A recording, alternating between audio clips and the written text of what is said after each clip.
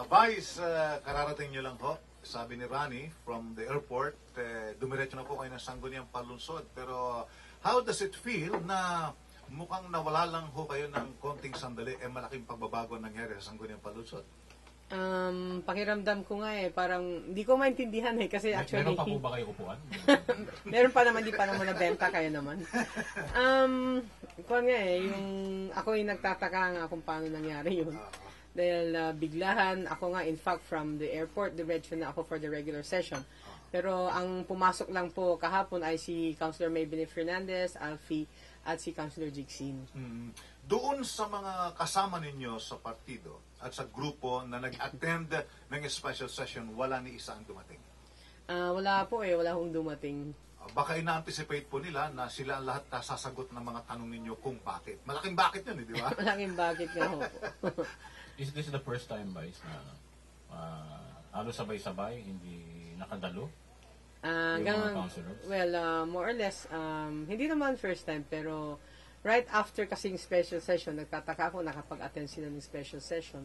Pero bakit hindi sila naka-attend ng regular session? At hindi ko nga sila nakausap pa rin hanggang ngayon.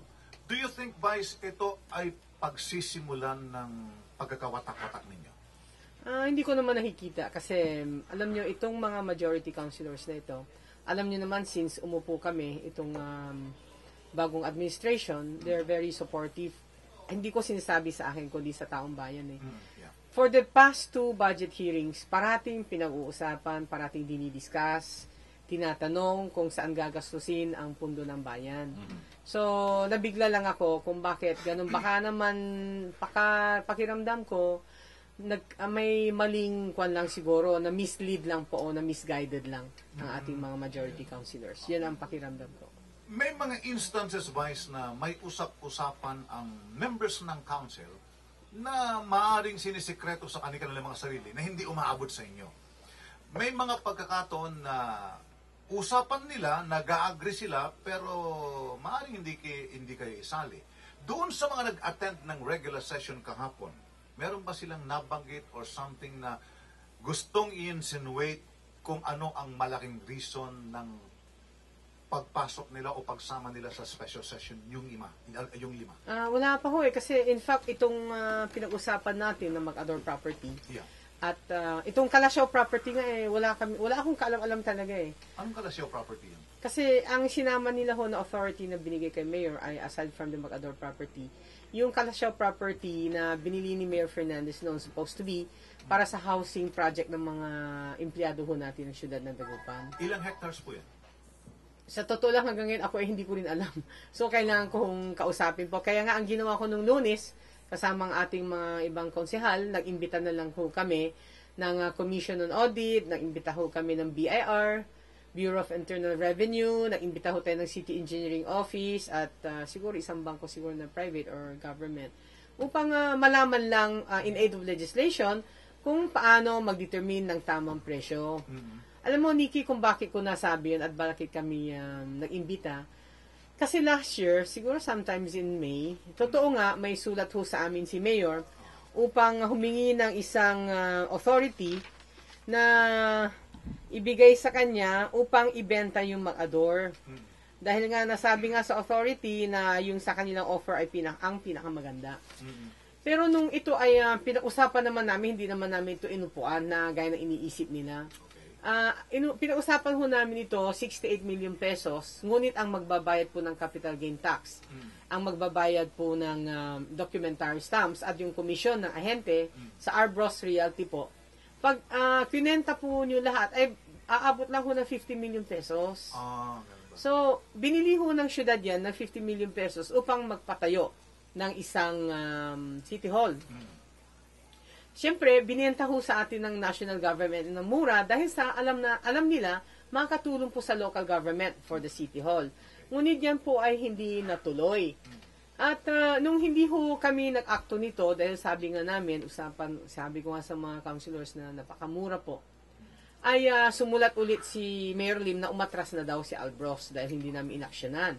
Sa akin naman, paningin bilang isang negosyante, para kang nagbebenta ng isang Mercedes-Benz na worth siguro 3 million, ibebenta mo ng 50,000.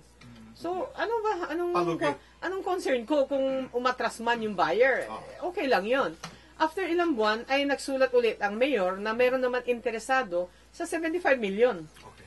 So, nakikita mo na yung difference niya, Nikki. Naalala ko, na-interview niya ako yan noon eh. Yeah. So, yung from 50 to 75, 25 million pesos na po yun. At Ang hindi dumagdag. po tayo ang magbabayad ng mga taxes. Okay. That's better. So, pero nung kinumpit po namin yan, ang property ng Mag-Ador ay aabot ng more than 300 million. Ikaw ba, Nikki Boy, Mercedes-Benz na 3 million, ibibenta mo ng 75,000. Hindi. So, mali pa rin yun. Correct. Sabi ko, pag pumayag tayo dito, parang baka later on, tayong sisihin ng mga tao. Eh, alam pala, di Vice Mayor pala, isang negosyante, alam niya ang presyo. Ang mga kasama kong counselor na ay mga negosyante rin. So, more or less, may idea po sila sa market value, lahat nun. At sila po ay nagpapatayo ng building at bumibili din ng lupa. So, noon, at that time, napag-usapan namin ay hindi pa. Hindi pa dapat ibenta sa ganun na presyo.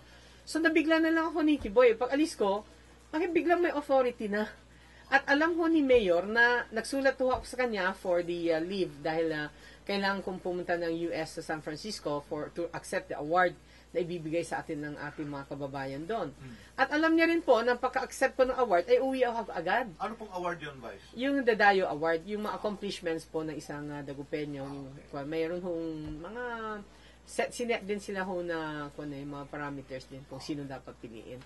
So, pagka-receive ko ng award ng mga 7:30 or 8 ng gabi, ay nagsumakay na ako, pumunta na ako airport na alas 10 ng gabi para lang makahabol sa session ng following morning kasi ayaw ko naman mag-absent. So, hindi ko maintindihan na isang araw lang naman ang diferensya kasi 5 o'clock lang nila ginawa yung special session, ay hindi na sila makapaghintay. Anong dahilan kaya? Yun ang hindi ko maintindihan talaga. Binabanggit niyo yung figure na 300 million, Vice.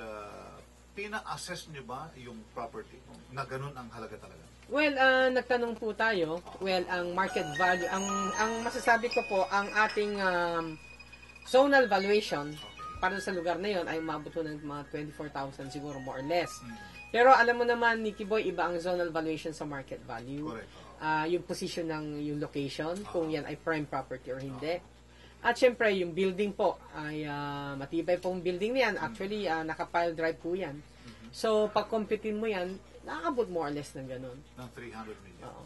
Vice. More than 300 pa. Pardon. Ano ho ang feeling ninyo ngayon, Vice, na nung pagdating nyo, ganun na nangyari, yung mga councilors, majority, inaasahan ng taong bayan, dati yung kasama, sa tingin ninyo, dun sa inyong, kasi hindi naman kontra yung sanggunian sa nakikita natin, ano? Dito sa kasalukuyang administration. Parang, tinitignan nyo lang na lahat ay magiging tama.